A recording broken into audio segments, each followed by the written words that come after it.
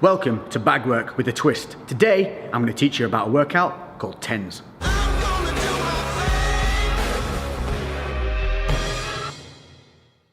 So what's up guys, and welcome to something a little bit different, and this is a heavy bag reps workout. Now what do I mean by that?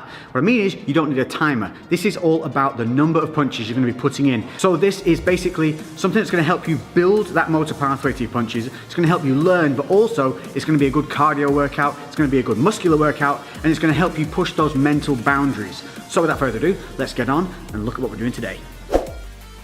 First things first, equipment that you're going to need. Some simple gloves, 12 ounces to 16 will protect your hands enough for this. Most gyms will have them for you to borrow, so don't be afraid to ask. If not, you can get any old relatively inexpensive ones. I've got these Venoms, I think they call them Venom Elite or something like that. I'll link them in the description below, simple Amazon buy, so check these out, I could recommend them. Number two is footwear. Make sure that you have something on your feet that's going to give you the support that you need. You do not want to be wearing running trainers.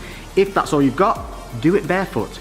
That's absolutely fine, but if you want to invest in something cheap and cheerful, which I've used and has lasted me a long time, some of these bad boys. So these are some relatively inexpensive Lonsdale boots. Again, I'll link them in the description. They cost around £30–35. The last pair I had lasted me literally 3 to 4 years. I can't remember what, because I had them that bloody long.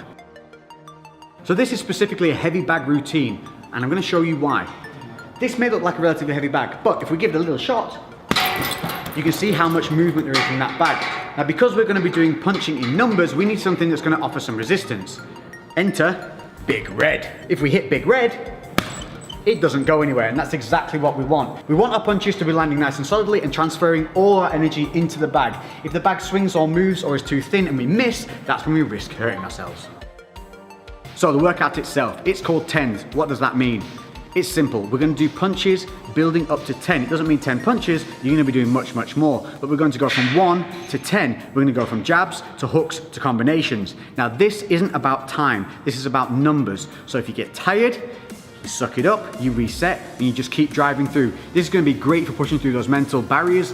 Often, the body can keep going, but the mind quits. This type of training will help you push through those mental barriers and let you know that the body can keep going even when you feel tired. Additionally, this is going to help you build those motor pathways for learning to throw those punches correctly, because this one, again, is not only about time, it's not about speed either. So, we're looking to get some good connections with the bag, we're looking to think about what we're doing with every punch, and we're looking to get better as time goes on.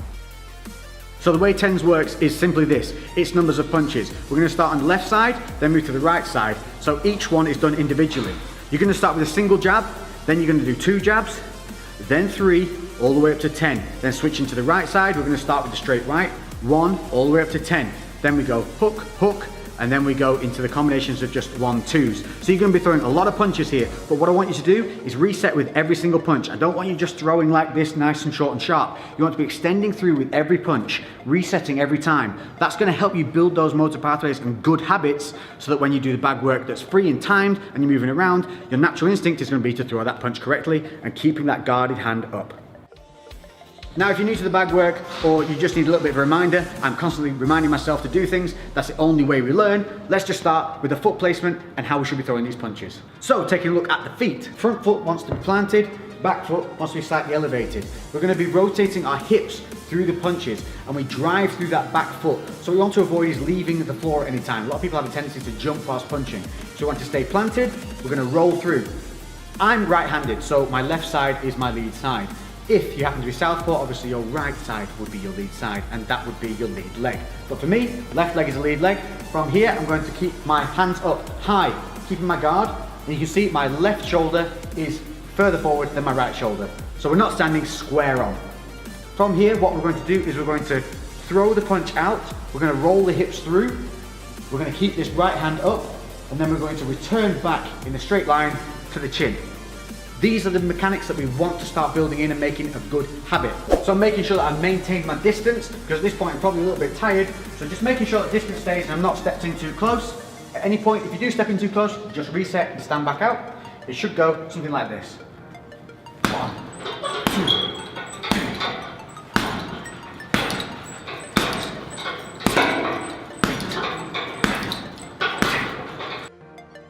So moving on to the straight right. This is a much bigger shot. So it's going to travel more distance, it's going to be a little bit slower. So again, don't try and go too quickly. We're going to keep that left side forward, not standing too square. we're gonna keep the left guard up this time, and we're gonna roll through with that big right punch, and then bring it back to the chin. So like I said, this is going to be slower, it has to travel further. I really want to roll my hips through, driving off that back leg. So, the right one, keeping that distance, making sure that you've got that range, coming through, bang, bringing that left hand up to guard. So as you come through, get in the habit of just popping that left hand up. So when we're throwing them in multiples, slow it down, make it count.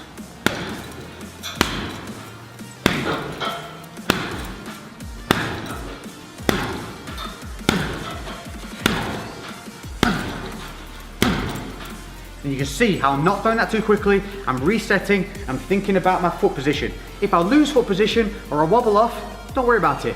Just reset and start again. Hooks. Now there's a couple of different ways of throwing hooks, but we're going to concentrate on the close and personal hook. If you're further away and you're on the bag work, just a quick one, make sure that you are rolling the knuckles over as you throw from distance. We're going to stay quite close to the bag, this kind of distance. The reason I want you to stay close to the bag is to reduce tweaking the shoulder or hurting your hands. So foot positioning always stays the same. Front foot planted, back foot up, rolling through the hips. Now with the hooks, we can give a little bit of a wind up here. We're just gonna, for the left hook, drop, and then we're gonna come up, keeping the elbow high and hook through. So we want to just develop a bit of an exaggerated habit of bringing that elbow up and high. You'll see a lot of guys when they're shadow boxing, you see them, they just bring the elbow around nice and tight. That's what we want to do here. Obviously, once you get a bit more fluid and you get a bit more technical with things, you don't need to have the elbow as high, but again, exaggeration helps develop that motor pathway.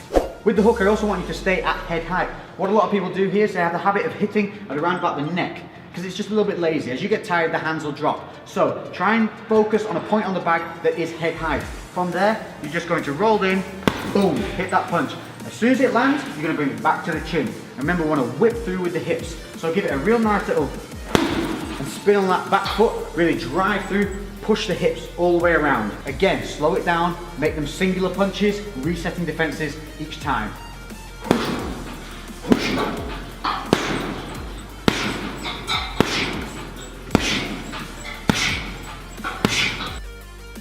Now if you're like me, one of your hooks will feel more comfortable than the other. For me, my left hook's very natural, but the right hook seems to feel a little disconnected because it's traveling further. With the left hook, I tend to turn my hand over and really bring it in. With the right, I tend to like to punch up close with the hand like this rather than this. So I'll come in with the right hook like so. For me, it just connects better and it feels more natural. But if keeping the hand turned over feels good to you, that's going to help you keep the elbow up. So whichever way you do it, just think about remembering to keep that elbow nice and high, keeping the other side guarded, as always, to keep the elbow nice and high. Noticing as I throw the right, the left comes up to guard that counter punch side.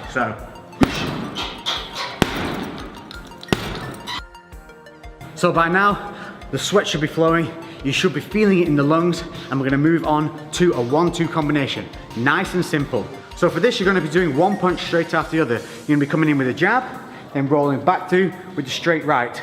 So you'll have seen this often, a lot of people do it on pads and with the mitts, but what we don't want to start doing is those habits of bringing the hands down and rolling them under, or starting to stunt our punches. So again, slow it down, really reach, pop, pop, reset, pop, pop, reset. Now we're going to be going 1-2 counts as 1 rep. To stop with confusion of the numbers, simply count your right punch. So with every 1-2, this is going to count as 1, so it'll be 1, 2, 1, 2, 3, 4, 5, 3. Make sense? It looks something like this. Always keep the hands up as well. As you get tired, your hands are going to want to drop. So don't let that happen. So here we go. 1, 2, 3.